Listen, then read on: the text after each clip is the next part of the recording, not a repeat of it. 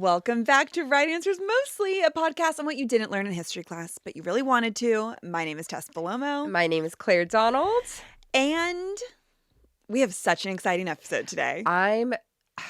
I've been looking forward to this. I was listening to music in the car, Thunderstruck to be exact, and I'm pumping myself up. We have been just waiting for this moment ever since, a few weeks ago is when we were like, we just got to get in there and talk about it. Well, you really spearheaded this movement, I feel like, within our friend group. I appreciate that. You were the first one. Oh, wow. I didn't even know what I was getting myself into. I know. It was like the night after I watched that Netflix movie with Nicole Kidman and Zac Efron. I still haven't watched it. I wouldn't say to watch it unless you want to like hate watch it really high, like with someone like get a little goofy. But the problem is, like, even hate watching some of these rom-coms, like, it's not fun as much anymore. Like the Anne Hathaway one, I was just like, I was pissed.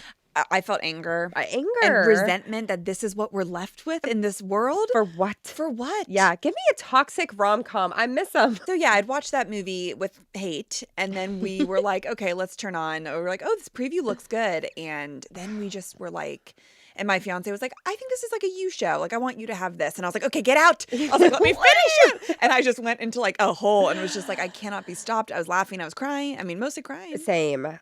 But God, and then like dancing and just like, I couldn't take my eyes off of, we're talking about DCC. Oh, yes, guys, of course. You know why we're here. We are going to talk about the history of DCC today. And then afterwards, we're going to then get into our thoughts, concerns, feelings about the documentary.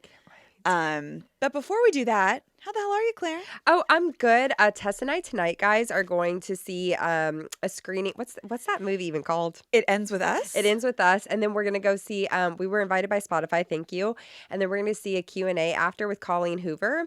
And y'all know when we went to see Jessica Simpson at her book signing and we took mushrooms and PETA stormed the stage 3 times, I think? I think so.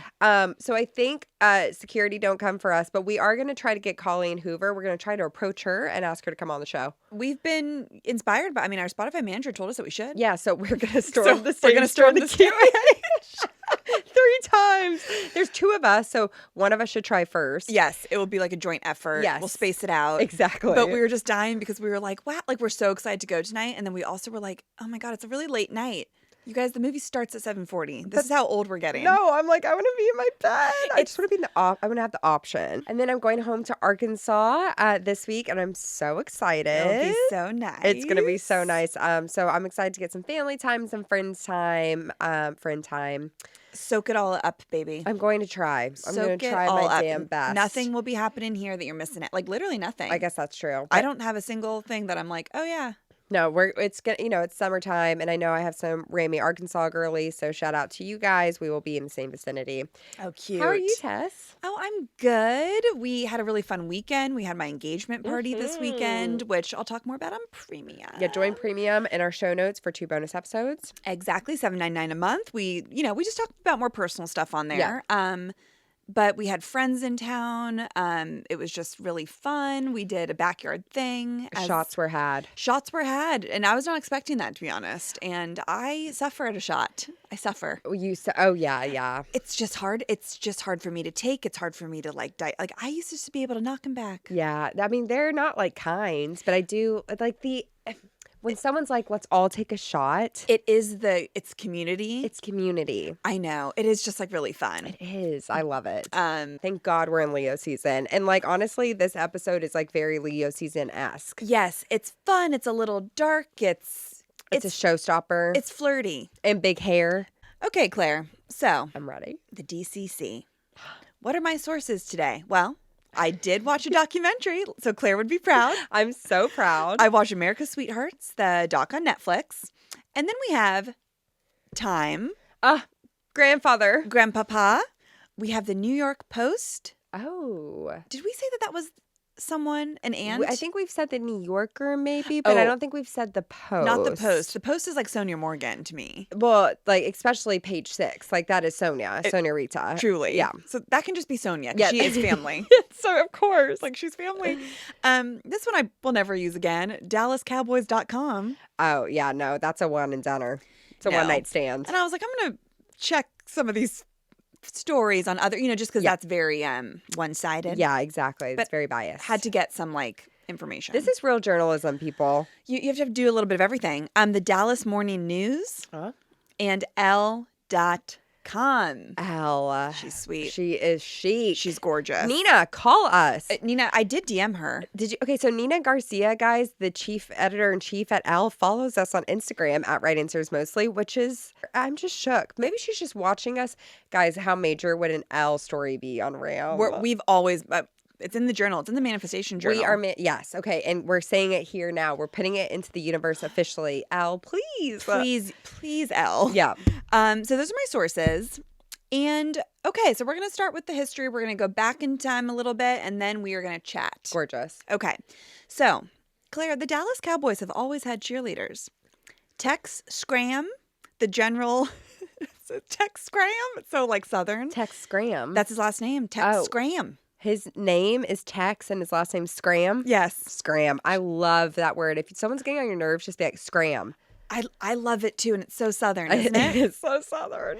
So Tex Scram, the Cowboys general manager at the time. Wait, is it Scram or Graham? Scram. Okay. It is Scram. He had an extensive background in television, and he recognized that professional football had become more than just sports, but sports entertainment. Oh, ain't that the truth?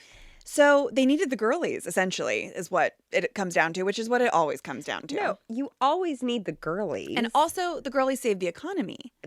You guys, our economy, if there was equal pay, by the way, do you realize how much better our economy would be? Have you seen the summer of 2023? Thank you. We will never forget it. No. Thank you, Taylor. Thank you, Barbie. Thank you, Beyonce. Yeah. So he knew that the public liked pretty girls. Yeah. Okay. He's not an idiot. No. He's just a man. He's just a man after all. And so in 1960, he was like, I have an idea. Let's hire a bunch of models just to stand around as the athletes. I was going to say perform. There's a theater kid. As the athletes play. There we go. Okay, Tess, get in the zone. We're doing sports today. We're doing sports. It was a disaster. Oh. The models were beautiful, but they were not athletes, and they didn't really know what they were doing there. It was them just kind of standing in 3 hours of extreme heat. Oh my God. They were sweating. They didn't look well. Everyone was like, they seemed to be in worse shape after the game than the football players. Oh God. Which I'm like, God, what was happening? Did they not hydrate them? Well, probably. And also the football players are training, and then all of a sudden they're sticking these women down there being like, yeah, they're just like, go. And they plop them, and they were like, go forth and be hot. I mean, truly, which is not a bad thing, but it just wasn't working. So then they were like, okay, models are out. What about dancers? They're still hot, but they can move their bodies. Of course, they're not considering them athletes, which they are. Come on. Can you? I mean, we'll get into it. We'll get into wait. it. So during the Cowboys' preparations for their world championship title in the 1972 season, a new idea was born. Dun, dun, dun. So little Tex talked the idea over with this woman named Dee Brock, who managed high school students from Fort Worth. Yeah, from Dallas, Fort Worth. Okay, yeah. That's separate than Dallas. Yes. Okay. And so they made this decision to expand the established football tradition of sideline cheerleaders into a more glamorous, choreographed squad of accomplished dancers that would serve as a counterpoint to the game itself. Love. But did you say they're high school students at first? They were seeking out high school girlies. Oh. Who had been training. I see, but they're they're used to this. Yes. Okay. And I think they had probably spent their entire life dancing. Yes, of course. And so, yeah, I think it was just this change of I mean, not that cheerleaders aren't incredibly talented, but I think they really wanted to stand out with these dancers that had major skill and that were trained in other form of dance as well. So Dee, the woman Dee Brock, was like, okay, it's time to recruit the top dancers in America. And then this woman, Texie Waterman, so we have These Tex. are all made up names. I mean, this is hilarious. Yeah. It's kind of a joke. Who also owned a dance studio in Dallas to judge the auditions and help create a squad of dancers to grace the sidelines of the Texas Stadium. Is this the woman that we saw in the documentary? Yes. She looked so chic to me. She almost looked more like Martha Graham even to me. She was wearing a black leotard and big glasses and that stuff. one. Actually, I don't know if it might be. Yeah. Because, She is she kind of, very chic. like, both of these women, like, started the whole thing. So she was going to judge. 60 women attended the first audition. And you know how many were chosen?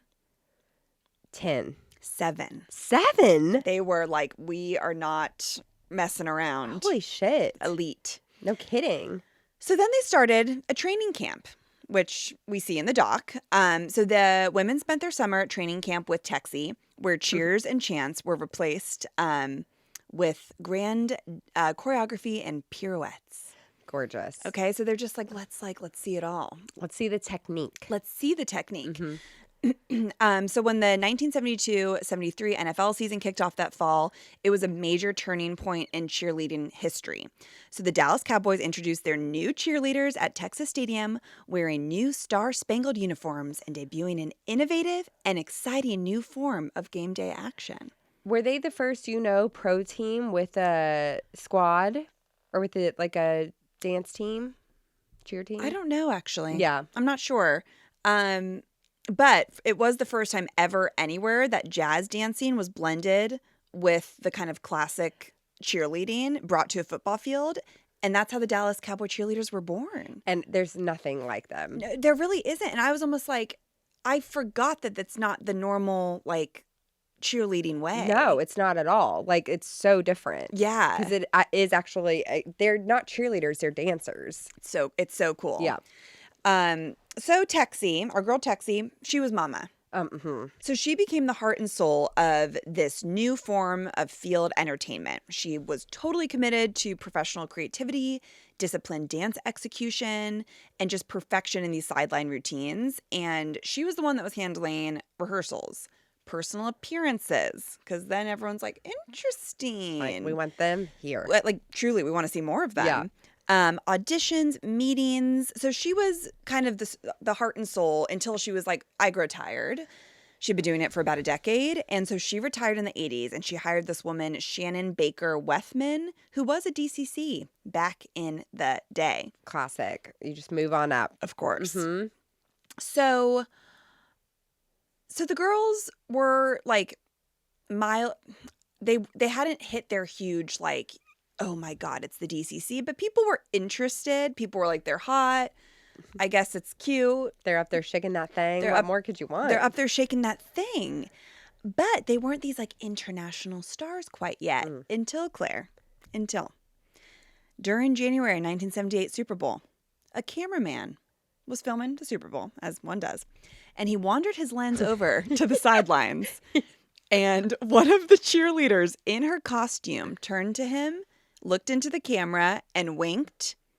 And this is when the DCC became worldwide celebs. That DCC had the Raz. And the cameraman sensed it. He was like, the energy was pulling him to it. He was drawn to this woman. Also so funny to see the cameraman being like, anyways. He's like, they have enough of this sports coverage. Who really needs to see the game? Yeah, just like, I could just do it for 1 second. And it was just like, and like we have those moments in pop culture where it's this one photo, it's this one moment, and it is like magnetic. It's crazy. It's like lightning striking. Exactly. I'll post a picture of it on the carousel at Right Answers Mostly. I'll try to find a video of it. And yeah, and so people then were literally just like, oh my God, they're so fucking hot. I just imagine like the people watching a Super Bowl and like all these men just dropping their cans of beers. Yeah, I mean, truly. Like on the floor. This moment really catapulted them into like television fame outside of just being recorded for the games too. So the squad appeared on 2 network television specials in the spring of 1978. The NBC Rock and Roll Sports Classic. They were on the Osmond Brothers special on ABC. They were in a shampoo commercial that went really big. That genius. Was like really big. I know, I right? miss shampoo commercials. Herbal Essence. Wow. When ladies are climaxing while shampooing. I forgot about that. Literally. Was that what they all were? Yes. They were like, I think having a good time shampooing their hair. Never forget. Herbal essence was like very sexual. And then Hollywood came to them. They came knocking on their door, Claire, and they were like, we want to make a 2-hour movie called The Dallas Cowboys Cheerleaders. And that was a movie that aired on January 14th, 1978, and it became the highest rated made for television movie in history. In history? Mm-hmm. What was the movie about? I think it was just like a fictional movie about like their lives. Question. Yeah. Did they get paid for that movie? Do you know? Oh, Claire. I doubt it because of what we're about to discover. I doubt that they got. I doubt it. Okay. That's what I figured. That's why I asked. Yeah, I don't think so, especially this was in 1979. We don't pay women. Yeah, exactly. They're like, women can't even have credit cards yet, which I Literally. think wasn't until like 1976, right? Or something. Yeah, that like you had to have a man sign off like to. Isn't that crazy that like our mothers experienced that? Yes. What's a girl to do? What's a girl to do? I mean, Jesus Christ. So the celebrity has just carried on for years. You know, they were on Family Feud, SNL, Jay Leno, David Letterman, appearances after appearances, and now they're like superstars. And it is so interesting because it's like all pro teams have their cheer team now and like dancers, but Dallas is different. It's just different. I mean, everything is bigger in Texas. Ain't that the truth? Ain't that the truth, honey? Ain't that the truth? And you know what's so fun about what they get to do is for like, you know, the Super Bowl and for big events, they get to perform with stars on the field, such as Jessica Simpson. Oh my God, Jessica, when she was dating Tony Romo, do you know? I actually don't know what year it was. Which Dallas Cowboy fans, I have a bone to pick with you about that. When we talked about it in our Jessica episode. Well, true. Say it. Not happy. When Not you happy. guys blame Jessica for your boy playing bad, I don't think so. You're just jealous that you weren't dating Jessica Simpson. No kidding. We all were. I mean, literally. Shania Twain, Clint Black, Randy Travis, Reba McEntire, Carrie Underwood, Keith Urban, Selena Gomez, and many, many more. So they get to like and Dolly. And Dolly, which is one of the best episodes of the documentary because they're all just like freaking out. I mean, it's the highest honor. I mean, just imagine like getting to, and you know, they're like, of course, like the cameras are not on them the whole time, and like, but that doesn't matter. Like they like bring so much. No, you were sharing a stage with like with Shania, and you are like adding to the performance, and I know. it's just really, really special. Okay, so some may ask, well, what's the audition? What has the audition process been like? What would it be like if I wanted to do it now?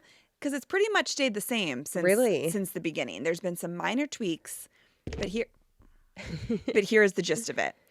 So each spring are the auditions. Right. And there is about an average now of 600 young women from across America that dream of becoming a DCC. I'm so shocked it's only 600. Well, God, after the Netflix special. Oh, that's so it must true. be like this year must have, well, actually 1,000 or next year will be 1,000. Next year is going to be crazy. I know 600 kind of seems small. I wonder if it's like, why do you think it's well, probably because a lot of people are like, I would like to make a living. That's true. I think a lot of people know about the pay, which we're going to talk about in a second. And I mean, it's just really intense. It's really and intense. Maybe some people just don't want to go through that as a professional dancer. Also, like the age that, which I don't know what the age requirement is, but like, yeah, a lot of people do dance as a hobby, even in college, you know, and then you go on to do different jobs. That is true. Okay, so the rules of the auditions. All rehearsals of the 50+ song and dance numbers in each season's repertoire are mandatory. They have to learn 50 dances? Yes, and I think they only really end up using like a small percentage of that. But you got to know. You got to know in case you decide that's the game day chosen song. If a cheerleader misses a rehearsal prior to a home game, she will not be allowed to perform at that game. Wait, is this for auditions? No, this is just for this like training camp, when you've made the team. This is training camp. Okay. And when you were like fully on and you were on board, what could happen to you if you fuck up? So if a cheerleader misses a rehearsal prior to a home game, she will not be allowed to perform at the game. Anyone with 2 unexcused absences prior to a home game is subject from being released from the squad. It's like these kind of rules just give me so much anxiety. I mean, it's just so scary. No. And it seems impossible to follow these based on what we will know about the schedule and all of that. Another rule, which is upsetting, is that you need to have measurements that are deemed perfection for the uniform. And this is touched upon in the doc. There is literally a written rule that you have to sign on your contract that says you will maintain the same weight as when you auditioned throughout the whole season, or you could be let go. I'm just like, we're women, like our hormones are all over the fucking place. Like how? Ain't that the truth? No. And that brings us to talking about the iconic uniform. Oh my God. Has there ever been anything hotter? I mean, it is really hot. And also, like, that color blue just looks really good on most people. It looks so good. And like, the blue and white together in the stars. Oh, yeah. Would you like to explain what the outfit looks like for those who do not know? Oh my God, sure. I would love to. So the shortest white shorts you've ever seen in your life. They're basically like little undies. They're so cute though. God. A big belt. Like, yeah. And then they've added bling to it, which I actually prefer not the bling. I don't need the bling. Let's keep it simple. But they're in Texas, so. Of course, that's what they want. Yeah. And then it's like this long sleeve, like puffy shirt that you just tie around under the boobs. So it gives like a little lift, a little cleavage. Oh my God, the cleavage. You just want to stick your face in it. And then there's like a vest with some more stars on it, and then the white tall cowboy boots. Yes, which look so uncomfortable to dance in. I can't imagine. The blisters. We got to talk about, and which we will, the jump split. We absolutely will. Okay, so the uniform itself is trademarked, and they're really intense about the uniform. So it cannot be duplicated in any way without the written permission of the DCC. The internationally recognized blouse, vest, and shorts were originally designed by Paula Van Wagoner of the Lester Melnick store in Dallas. Great. Since first introduced with the formation of the squad in 1972, there have only been 6 modifications to the uniform. Really? They make little modifications for the trends. They are aware of what the people want. So in May of 1989, the original go-go boot had gone out of style, and a more Western-oriented design was selected. So it was go-go boots at first? It was go-go boots. Wow, that's what Casey Musgraves did for her Halloween costume. Well, yeah, and then they were like, okay, that's out. Yeah. And what's in? White cowboy boots. Wow. And in 1991, the large buckled belt was left behind in favor of shorts with a more flattering cut. So they still have, I think there used to be like an actual belt with it. Because like now it's like attached to the shorts, right? Or it's kind of like a... I don't know. Is it? But there definitely was like a belt. Yeah. And they talked about it on there too. Yeah. I love the blue shirt. The blue shirt is just so, I mean, the cut is just so flattering. And like, I love that it has big sleeves. I love like the little, like, it's like a nice contrast of like covering up a certain part. And then like, it's just so, like. Hot. It is hot. And then 1992, that's when the cowboy boot style came. And then 1993, crystals were added to outline the 15 stars on the vest and shorts. 1994 is when the blouse got lapels. What's a lapel? Is that, I think that's the thing on your wrist, yes, I think? Yes. Yeah. And finally, in 1999, crystals were added to the fringe line of the vest. So I think that's what Kelly said that she added. I know she said she added some bling. Oh, that's a great segue, Claire. That's a gorgeous segue. Yes, in each modification, after careful consideration by director Kelly McGonigal Finglass. These names are so weird. Yeah, we're going to just call her Kelly. I think that's her name. Yeah, Kelly Finglass. Was implemented to enhance the image that the uniform has represented from the very beginning. So she is intense about the changes and just intense in general. But she has to be. Yeah. This is her brand. This is her life. Yes. So, who are the leaders now of the DCC? So today's cheerleaders are guided by 2 former DCCs, Kelly Finglass and Judy Trammell. Judy Trammell. Do you think that they've ever kissed? Think they've had late nights? I mean, it gets so lonely, I mean, I think those women are straight as the day is long. I was going to say, I don't think I've ever seen straighter women. Me either. However, I know we've been talking about uniforms and rehearsals and stars and white cowboy boots, but clearly there's some darkness. Oh, of course. So let's talk about pay, and let's talk about the pay inequality. So the Cowboys are, in financial terms, like the biggest franchise in the NFL. They're America's team. This is from the Time article, which I thought like puts this in perspective. Give it to us, Grandpa. Grandpa says the dancers are, in effect, influencers with a single client, ones that have achieved their status through rigorous physical work and are not compensated nearly as well as your average Instagram celebrity. Which is just like, yeah, they live and breathe this team. They are the faces of this team. They represent. They're the reason why some people go to the games. Exactly. And they really don't have like very many rights within this position and as a part of the team, because it's a communal effort. Of course. So in the first episode of America's Sweethearts, there is a woman named Kelsey Wetterberg, who we love. Kelsey. She is our fearless leader, our quiet leader. Our quiet, gorgeous leader. And she details her daily schedule. Oh my God. For example, this is, one woman's journey, but a lot of them had the same experience. So she works as a pediatric nurse from 7:30 in the morning to 4:30 p.m. before she goes to cheerleading practice, which sometimes runs as late as midnight. Ugh. Other cheerleaders in the series also share that they have jobs working as florists, dance instructors, Pilates instructors, just part-time orthodontists. Really, you have to have another job to be able to do this.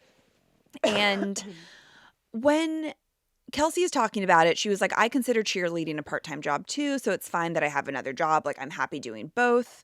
But like physically and emotionally, this job is very like significant, this cheerleading position, and it takes a toll on your body and your mental health. I'm also like, Kelsey, you don't have one part-time job. You have two full-time jobs. No, exactly. But that's what you see, Claire, is all of them kind of being like, it's fine, because they don't see it as an imposition because they are so grateful that they are on the team. And like there is like a blindness to it, I think. For sure. And I hope that like the documentary comes out, like that they can all see, like, we value you more than this. Exactly. We talked about this on Premium too. The fact that their rehearsals are during dinner time. Dinner time is my time. Dinner time is quiet time. Dinner time is sacred time. And we're not going to be like, I don't want to be out and about. We're freaking out going to a movie at 7:20 p.m. You think I'm going to be moving? No, we're already panicking about that. Yes, no. Absolutely not. So they practice 20 hours a week. What?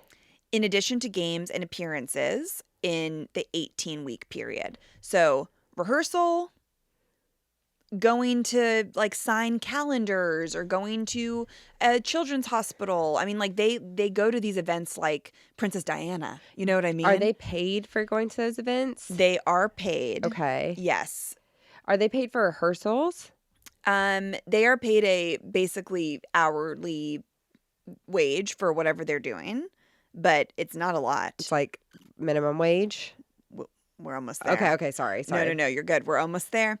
We're just doing the build up. No, we are. We have to do the build up. So the doc showed that their holiday schedule, which was like really shocking for me to even see, that they had not gone one day. They had not gotten one day off in 21 days, and all of them had like strep throat. Yes. The physical therapists were coming in to like crack their backs and massage them. I mean, moving your body like that for 21 days while working other jobs. And having strep throat, I can't imagine. No, doing strep throat, I can even like get out of bed. No, you can't. You feel so awful. Let alone move your body. Like that's terrible for you. And like not only moving your body, you have to be on. Like you have to perform at a level where you're smiling and like everything. You're doing your hair and makeup for 2 hours before. Ugh. The whole thing is just very upsetting. So former Dallas Cowboy cheerleader Kat per year shares in the series that her salary as part of the team was equivalent to, she goes, like a substitute teacher or like a Chick-fil-A worker that works full time.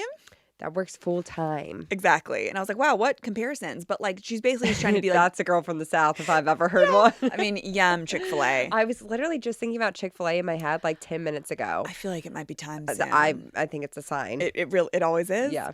Okay. So how much are they paid? So this is where there's been no accurate. They're like, do not release the tapes. I mean, literally, a representative from the Dallas Cowboys did not respond to Time's request about this, but what Time said was, according to a 2022 report by NBC Boston, the Dallas Cowboy cheerleaders make about $500 per game and about $15 an hour to $20 per hour for practices, which comes out maximum $75,000 per year.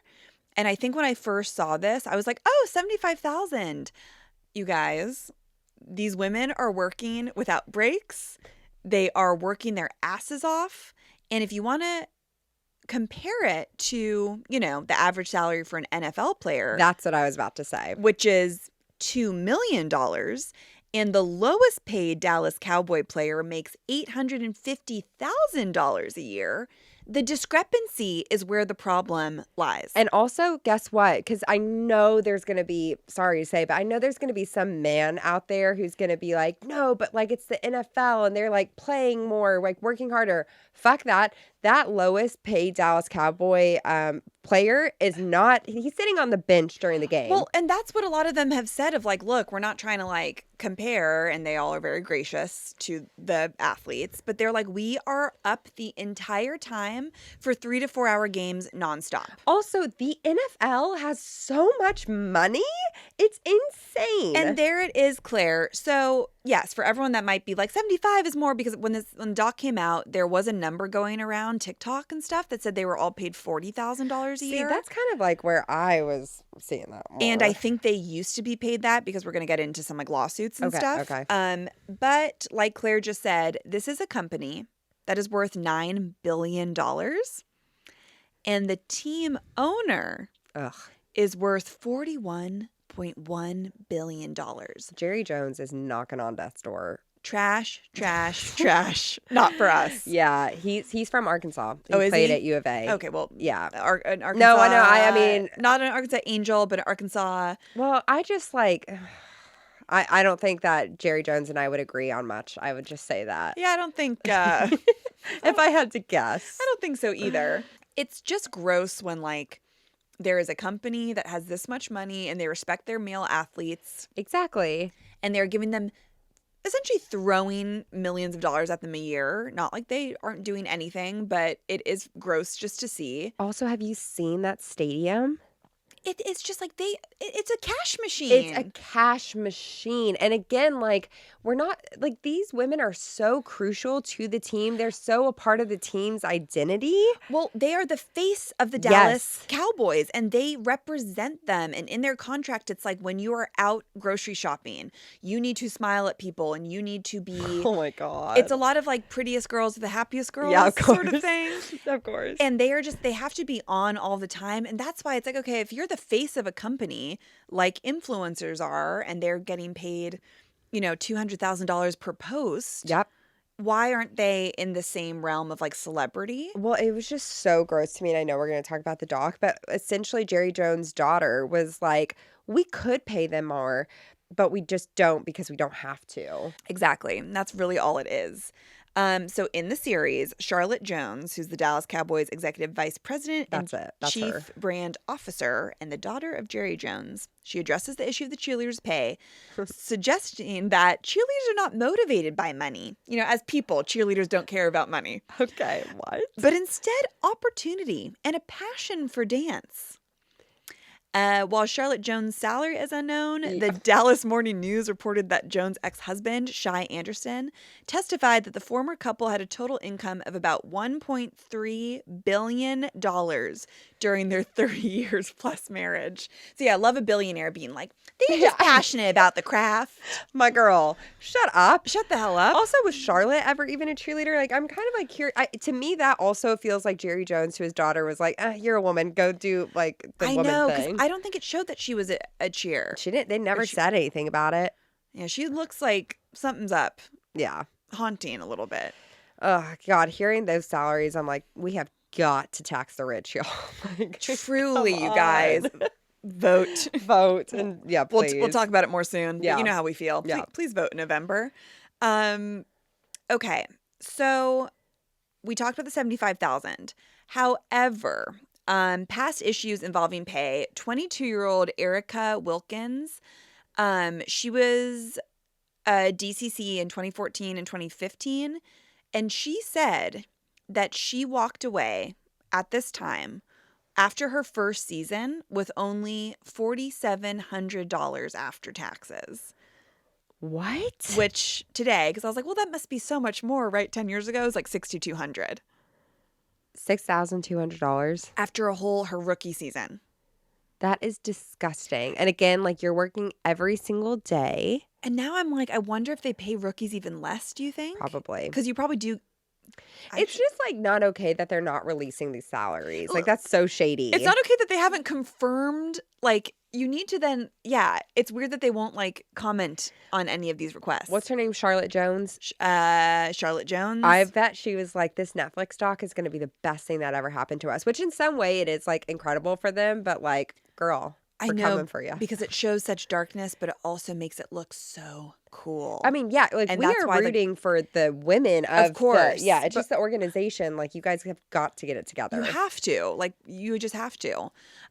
So Erica went on to say that she appeared solo on the cover of the group's swimsuit calendar, which, yes, they have a swimsuit calendar every year, which they do not get compensated for. They get paid for their time during the photo shoot, but no, they're not getting. They don't get like commission from. No. That's disgusting. That's their body. She was deemed like the star because she was on the reality show, the initial one, and performed on stage with Blake Shelton and Usher. I would die. And she said, yes, it is prestigious, she told the Post, of cheering for the Cowboys. But at the end of the day, prestige doesn't pay my rent. I can't walk down to my leasing office and hand them my uniform for a month. Right? That's the truth. So she is suing them. Oh, I love this. Let's get Elle Woods into the mix. Elle Woods is here. And so Erica was like, you know what? I am so over it. She claims that cheerleaders were paid less than the team's mascot, a costume cowboy named Rowdy, who she found out. She was like, talk to me. She's like, how much are you paid? And he was like, I'm like minimum $65K a year. And this is when she had walked away with $6,000 and plus commission. But he gets commission? He gets commission off something. I'm like, what does he get commission off of? They're probably like anything probably like he mascot wants. stuff or something. If you're buying like foam hands or something. Oh, does Rowdy make foam fingers? Foam fingers. Which, by the way, that reminds, like what you just said, we should make a Ram calendar. How, like, us in some suits. I'm like, please, God, no. I was more thinking of like subjects we covered. That is so cute. Okay, coming 2025. Or, yeah, and like it could be like some headshots of us. Yeah. We're always workshopping ideas over here at Ram. I'm dying thinking about it. I really am too. I'm just going to Photoshop my face on like some of these Dallas Cowboy cheerleaders. Yeah, let's just do that. Let's call it a day. We'll get Allison to do that. Like, please. Put the carousel post, please. Oh my God, that's amazing. Make me so sad after. Okay, so Erica's like, this is fucked up. And she was saying at this time that she was being paid $8 per hour for practices, which was just above minimum wage in 2014. Flat rates for games and appearances, such as calendar signings.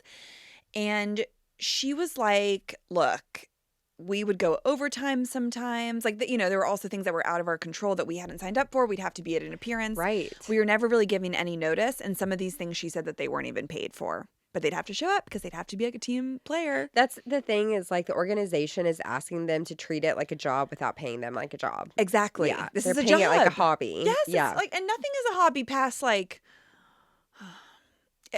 if this is your career, yeah, you need to be compensated. Yeah. It's just wild. And she was very honest in this whole lawsuit about what the audition process was really like. She said the 2-month training camp was brutal. And she was like, a lot of women quit their day jobs just to come to training camp because it's so strenuous and draining. Of course. She was working as a part-time technician at a cryotherapy spa. She was like, I had absolutely no social life. There was no time for me, my mental health. That's what when I watch the women on the Netflix doc, I'm like, you guys, like, there's literally no time to go hang out with your friends. No, and like we kind of mentioned before, she even said like so much of the time spent is just being camera ready and being fully styled with hair and makeup, which would sometimes take 2 hours Of course. before even going on, starting rehearsals at 7, and then they probably go at like 8:39. Because you have to be hair and makeup ready for all rehearsals. All rehearsals. For what? Because they have to look at you in the camera and be like, well, this is how you look during the game, and you're looking a little No. whatever they're saying. No. You're just going to sweat. Oh my God, it's so bad for your skin. Oh, it's just so bad. And she was saying for her first year, she was only paid $100 per appearance, $200 her second year, and $300 her third. But pay increases. Okay, so she did do it for 3 years. But pay increases are capped at $500. So you can't make more than that, even though like Kelsey, who was a year 5 veteran. But she's just making $500. So then rookies, you are making less you're money. making less. Okay, yeah. Also with the training camp, they are rehearsing in like July and August in Texas outside. Guys, that's actually what hell is.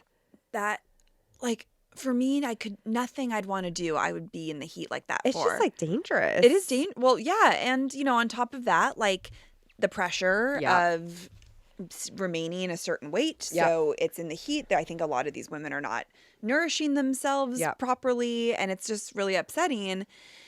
And she also mentioned that there's no stipend for shit. So like, that all of them get multiple spray tans a week. Which, like, gorgeous if someone's paying for it. They're not. That's crazy. Also, yeah, like 2 spray tans a week max, though, guys. Like we have to call it a day. At some point. No, I think even like just take your time. I like once a week is honestly probably the best. Yeah, take your time. It's just hard. It's hard to keep up like with that lifestyle. Sometimes more is more. Yeah, and ain't that the truth? Ain't that the truth? Your spray tan looks good today. Oh, thank you. Yeah, they did a really great layer. It's really nice. Yeah, I like the color it's like that golden. she gave me. Thank you so much. That's Sugar and nice. Bronze, shout out. Call us. Or we'll call you. Yeah. We do every week. We do every week. To book more That's right. So she was saying that management gives you a rookie makeover. Yes. So they'll pay for that. But once that's done, once they've decided to bleach your hair and give you extensions and everything, you are required to maintain that look. Do you guys know how expensive, and I know some of y'all know, how expensive it is to be a blonde when you're not? That shit's every 6 weeks. Every 4 weeks. Yes. And if you guys don't know, these days, I don't know what it is for Dallas. Dallas, is a more expensive city in the South, though. In LA, for a cheap color is $500. I'm not joking. That's what we literally got quoted the other day. Truly. Highlights are very time consuming. But yeah, at least 3 hours. 3 hours. But yeah, you're looking at minimum $500. Yeah. So, oh my God. And they don't get paid for that, but they have to keep it up. They have to keep it up. If they give you extensions, you need to pay for, you just have to, it's all on you after that. And makeup is so expensive. Oh, I mean, truly. So she said that Erica was like, all right, they did have a sponsored hair salon. So if you went there, you could get free. If they had time, which was hard because it wasn't just a guaranteed, you could get a free service there, but you'd have to tip. And they were like, you were doing this twice a month. So like that, she said, was $150 a month just in tips. The girls have to wash their own uniform while the NFL players have everyone do laundry for them. And you have to dry clean it because you can't just throw that shit in the wash. No, it's like on the movie Just Friends. Like, I shouldn't have to worry about this. I'm the talent. That is not their job. Exactly. And you also don't get to keep this uniform once you are done. That's sad. It's very intense. They're like, give it back, no touchy, even though they have like really like modified it to fit their bodies perfectly. So I'm like, what? Just let them keep it. I know. I only got to keep one cheer uniform. Wow. In my time, too. Sad. I know. They also have no access to a gym or fitness studio, which now they're finally able to use the NFL team's facilities because there's fucking gyms everywhere that are very accessible, but they were not allowed to until like, I don't see the year. I think this was only like a couple years ago that they were like, all right, you can go in. It's just like it's all for the same organization, the NFL, and like it's just so different. Well, it's just like, why can't they go use the fucking treadmill for an hour? Like, Yeah. why? Wouldn't that like make everyone in the gym happier? Uh, Just like put it and just try to like think the way that they think. exactly. Like, it could be good to watch hot women Yeah. run. Just like, I like It that. could be good for us. I like that.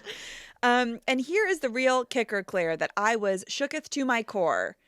They cannot sign with any other companies or agencies to get paid sponsorship deals on social media. Okay, this is what I was just about to ask, and this is disgusting. So this is actually showing that they want to like trap them. Yes. Because for what? why can't, if Herbal Essence calls one of them and Cover is like, girl. exactly, what is the point? I mean, athletic greens, like at the most basic, that all of these influencers are able to make a buck off of, a Well, big buck. Think about like all of the girls that we just saw in the documentary who will be going on to their second or third year. They still cannot do a post after all the fame that Netflix has given them. No. Some of them, I think Victoria has 300,000 followers. Kelsey has like 500,000. Kelsey now probably can because she's no longer with them. And I hope she does. And she should. But I was looking through all their posts and I was like, they don't do sponsored posts. No, that's not okay. Like Reese should be able to like promote whatever she wants to. She needs to pay for her wedding. No kidding. We'll talk. We'll talk. But yeah, guys, like, and I don't know if everyone is like aware of how much money certain of that like caliber that you can make on Instagram. I mean, we know people that like you could easily make six figures from a post if you have $500,000. 500,000 followers. Yeah, 500,000 followers. Easily. Like, It's crazy. And they should be getting that. They are influencers. they are. I want to know what they're using, what they're up to. I do too. So that was just so fucked up. I wonder if they have restrictions on their social media, like you can't post a bikini picture, like what sororities have, you know? Well, I think there's just like A standard. a standard of like, you're the good girls. Yes. You're America's sweethearts. You are happy. You are. Like they could never, well, I don't think it's legal in Texas, but like be caught smoking a joint or anything like that. Oh God, no. And yeah, they probably like can't be out and about. You know, like they have to be like maintain good behavior, which is gross because then also you see athletes that are like not maintaining good behavior. Not in the slightest. And so it's just like not fair. And this leads us into one of the most upsetting parts of the documentary that we do need to talk about, which is their stalking that they have to endure and sexual harassment. And we are going to take a break right here. We will be back, but this is a very important part of the story, and I think we need to chat about it, but stick around. Okay. And we are back. So, unfortunately, these women have been through hell and back. No kidding. They have been stalked. They have been sexually harassed. They have to deal with disgusting people that work for these stadiums, cameramen, and people within the organization. I mean, one of the most disturbing parts on the documentary to me was that tour that was happening through the stadium, and that those men should not be allowed in their locker rooms. Absolutely not. That is their safe space. It's disgusting. There was grown, creepy men in the locker rooms, and they were like, go pick your favorite girl and take a picture by their locker. That's such an invasion of privacy. They treat them like objects. They do. And it's actually really shocking. So in interviews with dozens of current and former cheerleaders, most of them from the NFL in general, because we're also going to look at it as like the umbrella of this, they all have described systematic exploitation by teams that profit by sending them into pregame tailgating and other gatherings where they are subjected to offensive sexual comments and unwanted touches by fans. So this is like a large problem within the NFL, that they're literally like, all right, girls, go out and interact with the men, talk to them. And then they end up being sexually assaulted and sexually harassed. What is wrong with you that like, oh my God. I know. Where to even begin? So the Dallas Cowboys have this rule that they're like, okay, well, our cheerleaders, we don't want men touching them at appearances, and we don't want them getting, too close to them or making them uncomfortable. So they offer their fans, when they want to take a picture with one of the DCCs, a football to hold in their hands. It's not funny, but it's so ridiculous that these men can't control themselves that they literally have to put an object in between them and these women. I literally wrote, like, this is a smart idea, which is sad that it's smart because you know that they wouldn't be able to not touch them if they didn't have this football. That's fucking crazy. Also, do they have like security going around with them? So at appearances, there is a security guard. Well, there needs to be one for every woman, apparently. Not enough. No There's kidding. not enough. That's vile that they had to put a football. And it almost, like, the way that they talked about in the documentary was almost more like, we want to make sure the men aren't uncomfortable with what to do with their hands if they're not allowed to touch them. Then we want the women to feel safe. Like, you know what I mean? Yeah, no, it was I know very, what you like, mean. imbalanced and, like, it was misdirected. Just like, don't touch. Don't touch and, like, what, like. And also, if you do touch, like, don't touch skin. Like, no. It's also like, why am I telling a grown man how to behave appropriately around a woman? And a stranger. Like, you've never met this person before. Don't make them uncomfortable. Just, like, fucking do better. My God. It's crazy. So a longtime cheerleader for the DCC recalled a home game where her squad walked near a group of Philadelphia Eagle fans. Oh, God. This is very upsetting, and I'm going to offer a trigger warning for the next, like, couple minutes, because this is just, like, shows how really disappointing and aggressive some men are to them. So she said, we were walking by, a trigger warning for sexual assault. We were walking by waving and smiling, and one guy caught my eye, said the cheerleader, who requested to be anonymous because she, like many others, was forced to sign a non-disclosure agreement. She said, he looked at me and said, I hope you get raped. That's the kind of stuff we'd have yelled at us, even from our fans. Once they get drunk, they yell things, and you're like, really? And then you go, well, I guess it's a part of my job. It comes with it. You're just supposed to take it. The Cowboys and the Titans did not respond to requests for this comment. Oh, my God. That is... I mean, what do you even say to that? I mean, there's literally nothing to say. And a lot of the cheerleaders are like, we are told that we should never upset the fans, and that's the first priority. So if people are yelling disgusting things at you, if they're treating you badly, you need to keep a smile on your face and you need to prioritize them and, like, the fun that they're having at the game. And this is, like, also so a part of football culture. It's like, get wasted and be a fucking animal. Yeah, cool. And like, it needs to stop. Yes, that should not come with the territory. You're No. allowed to, like, love sports and go to games Yes. and drink and hang out with your friends and family and not cross any lines with anyone. Just be like a decent human being. My God. It's just, like, unreal. But there's, like, the space, like, they allow that. They encourage it almost. It's just like boys will be boys. And they're... It's the good old boys club. So this cheerleader says, we were taught if someone gets handsy with you, how to navigate that. We were told what to say, like, that's not very nice. To be sweet, not rude. Say, oh, well, can I just ask you to step over here? Use body language to help deter the situation. Never be mean. Always be courteous because it's for the fans. Because if it's not for the fans, we wouldn't be there. That's how we were supposed to think about this. No.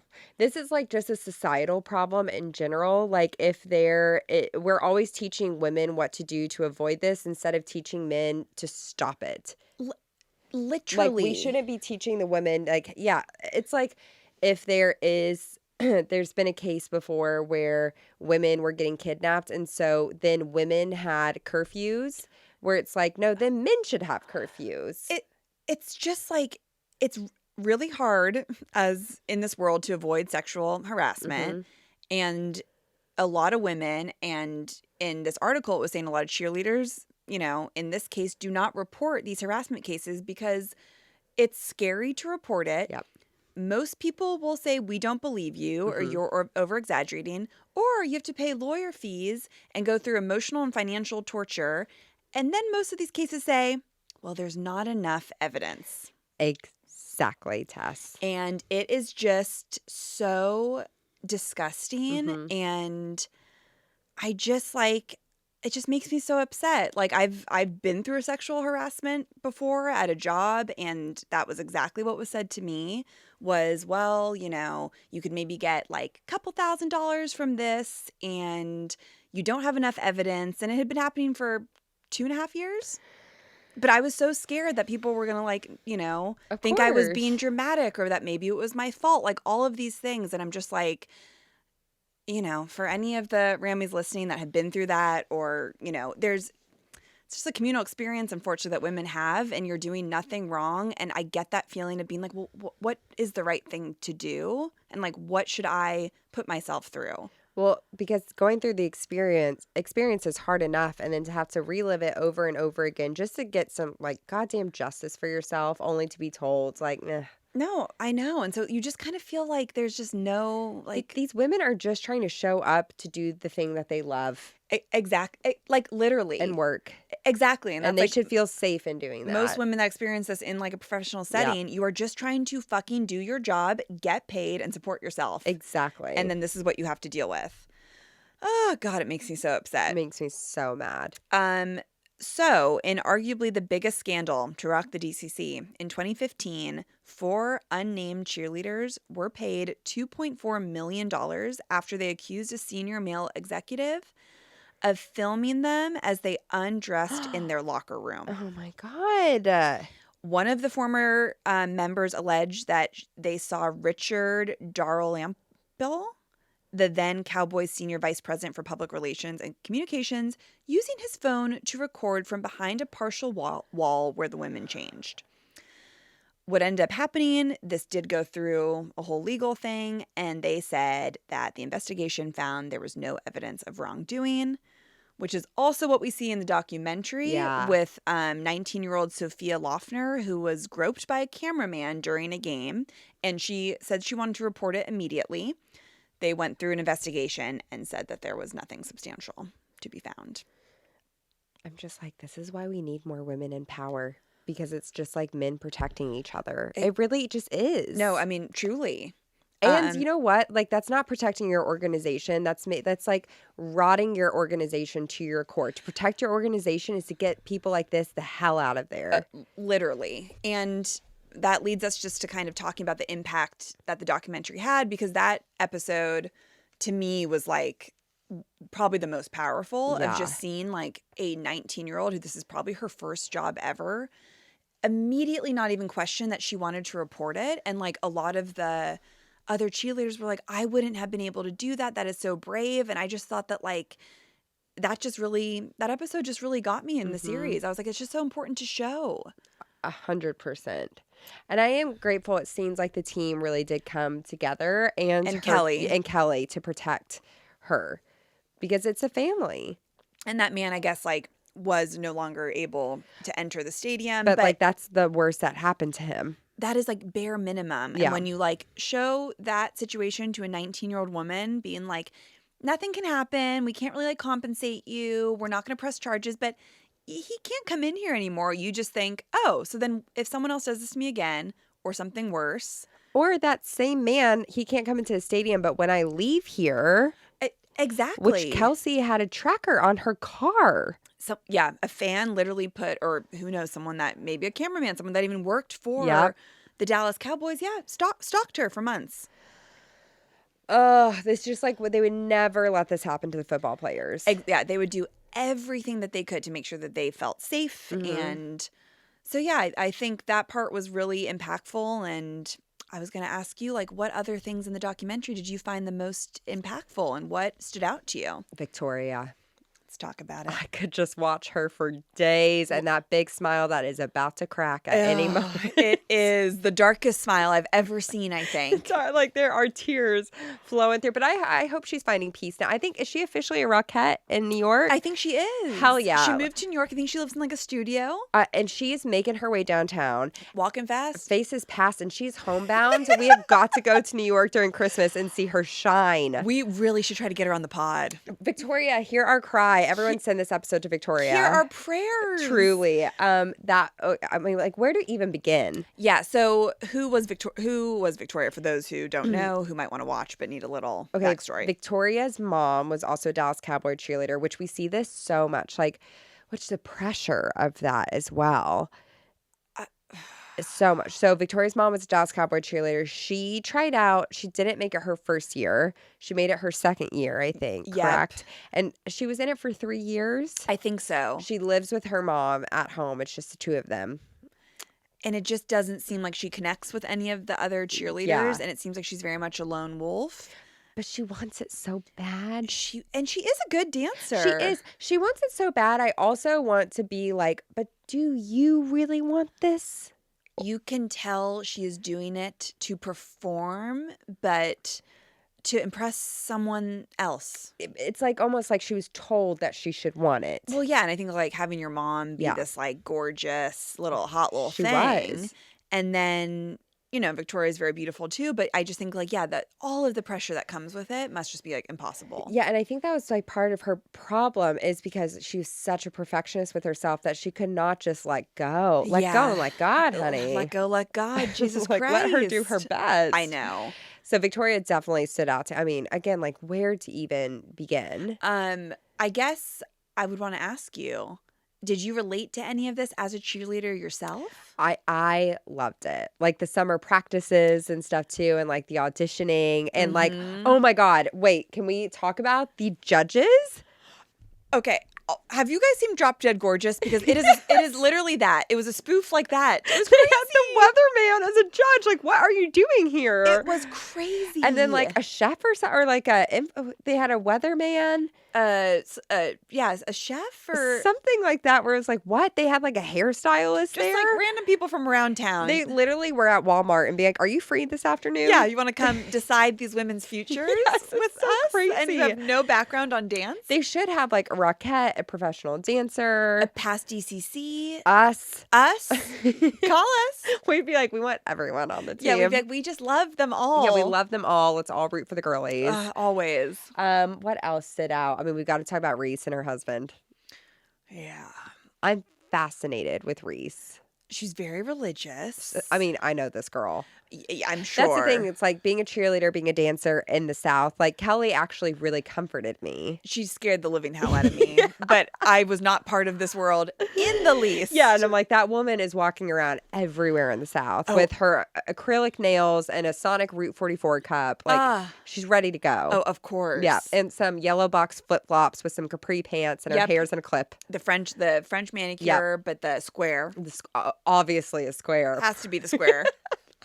It's the Miss Me jeans. Oh, it's so good. Yeah, you said that they comforted you, like her and Judy. Yeah, because it's just like they are kind of like, I remember growing up, I was like, I wish my mom was a cheer coach so bad because then I could just like be on the cheer team.